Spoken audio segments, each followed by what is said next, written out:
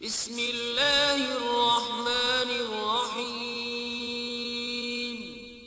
شروع اللہ کے نام سے جو بڑا مہربان نہایت رحم والا ہے۔ السلام علیکم۔ آج ہم پڑھیں گے کلاس 10 کے مطالعہ پاکستان کا چیپٹر نمبر 1 جس کا نام ہے قیام پاکستان۔ ہمارا آج کا ٹاپک ہے جنرل پرویز مشرف کا دور حکومت۔ جنرل پرویز مشرف کے دور کا آغاز 12 اکتوبر 1999 سے ہوا جب انہوں نے وزیر اعظم نواز شریف کی حکومت کو برطرف کر دیا تھا اور ملک کے چیف ایگزیکٹو بن گئے تھے۔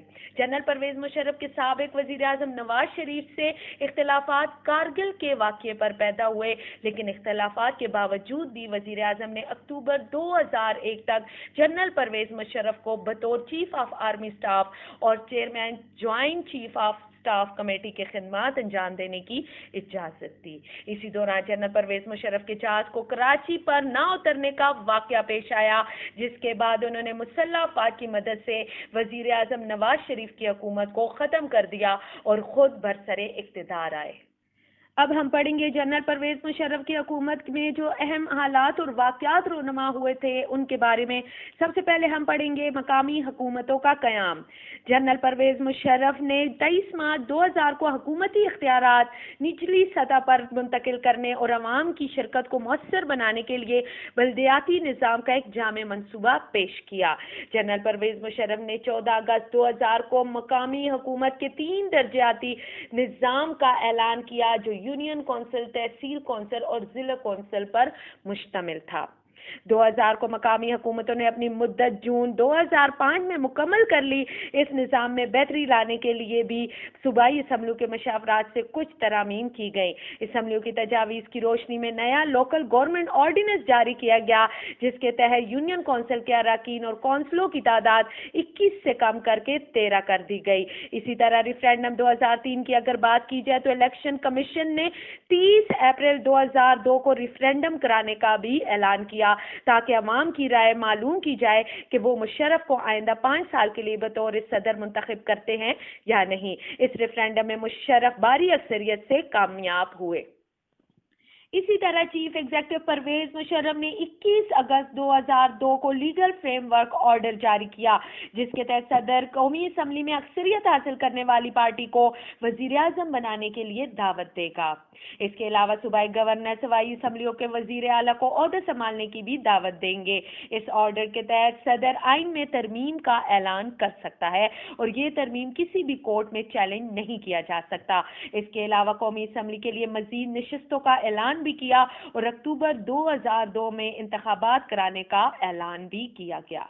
11 ستمبر 2001 کو امریکہ کے ورلڈ ٹریڈ سینٹر پر حملے ہوئے جن میں ہزاروں کی تعداد میں لوگ مرے۔ ان حملوں کی ذمہ داری ایک تنظیم القاعدہ نے لی۔ القاعدہ تنظیم کی قیادت اس وقت افغانستان میں تھی، اس لیے امریکہ نے جوابی کارروائی کے طور پر افغانستان پر حملہ کیا۔ اس وقت پاکستان کو بہت سے مشکلات کا سامنا کرنا پڑا جب ساری دنیا پاکستان کو طالبان کا حامی اور دہشت گرد قرار دے رہی تھی۔ اس موقع پر پرویز مشرف نے دنیا پر پاکستان کا نقطہ نظر واضح کیا کہ پاکستان دہشت گردی کے خاتمے کے لیے ہر ممکن مدد کرنے کو تیار ہے۔ اس طرح پاکستان نے دہشت گردی کے خلاف باقاعدہ تعاون کا آغاز کیا اور امریکہ کو ہر ممکن مدد کی پیشکش کی۔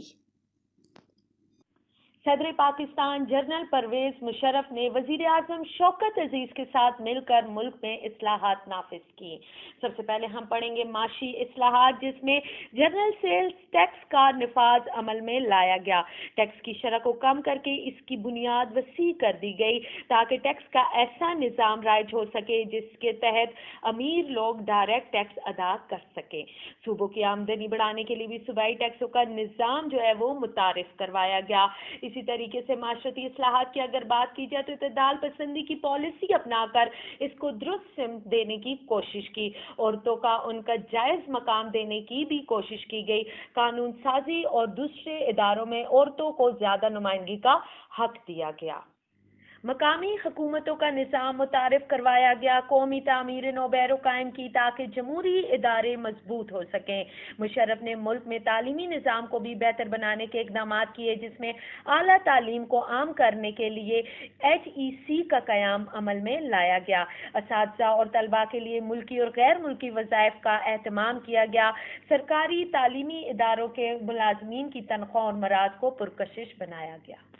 2007 میں جنرل پرویز مشرف نے مزید 5 سال تک صدارت میں رہنے کے لیے قومی اسمبلی سے اعتماد کا ووٹ حاصل کر لیا، لیکن عدلیہ، وکلاء اور سول سوسائٹی کی مخالفت کی وجہ سے ملک بھر میں افراتفری پھیل گئی، جس سے ملک کے سیاسی حالات بہت خراب ہو گئے۔ جنرل پرویز مشرف نے سیاسی مخالفت کی روک تھام کے لیے 2007 میں ایمرجنسی نافذ کر دی اور 2008 میں عام انتخابات کرانے کا وعدہ کر دیا، لیکن دوسری طرف جنرل پرویز مشرف نے سپریم کورٹ کے چیف جسٹس چودھری افتخار حسین کو بھی معطل کر دیا۔ 18 فروری 2008 کو ملک میں عام انتخابات کروائے گئے۔ نتائج کے مطابق پیپلز پارٹی نے قومی اسمبلی میں اکثریت حاصل کر کے حکومت بنا لی۔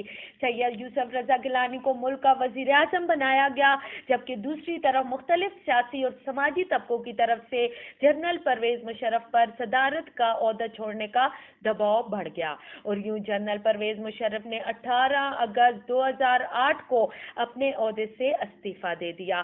6 ستمبر 2008 کو آصف علی زرداری نے ملک کے نئے صدر کی حیثیت سے اپنے عہدے کا حلف اٹھا لیا۔